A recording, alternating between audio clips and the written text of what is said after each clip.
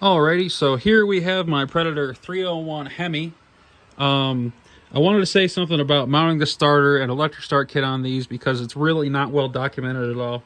I am using a kit for a Honda GX240 or 270.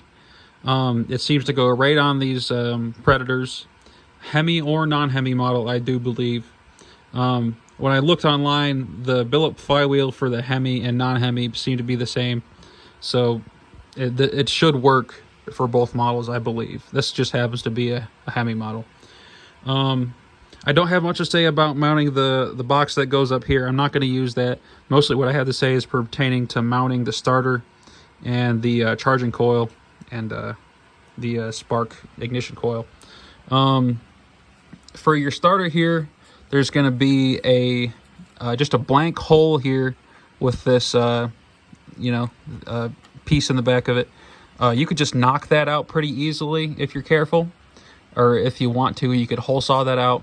But either way, the hole winds up not quite big enough for the starter, so you have to go in there and sand that out with something. I'll use a die grinder. You could use a Dremel with a carbide burr, whatever you want. Just egg it out, or just open it up a little bit as you go, and check it so you don't go too big, and it turns out fine.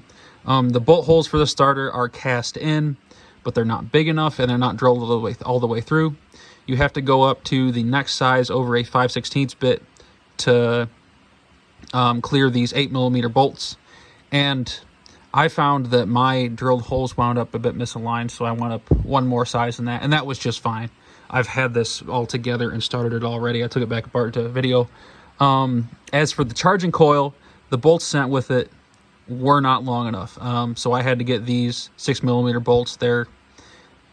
I'm 6 by either 25 or 30, I think. I didn't measure them before I put them on. I just know they're long enough. And you have to make sure to put your charge wire somewhere that the flywheel teeth will not catch it, because I tried to run it through here, and when it went up to this rubber grommet here that looks like it was made for it, the wire was just up too high and it would get into the flywheel teeth, and I don't want that, so I ran it up through here. Probably going to put a zip tie up there. You just got to check that, make sure you're not going to rub your wire through with the flywheel.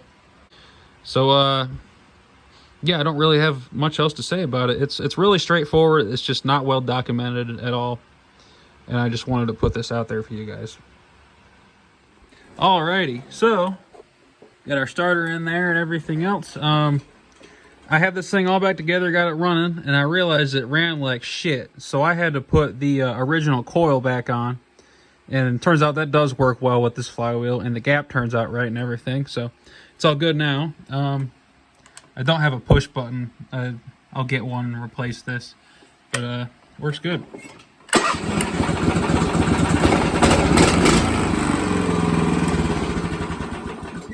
All decent. Now I gotta check if the stator is charging, I suppose.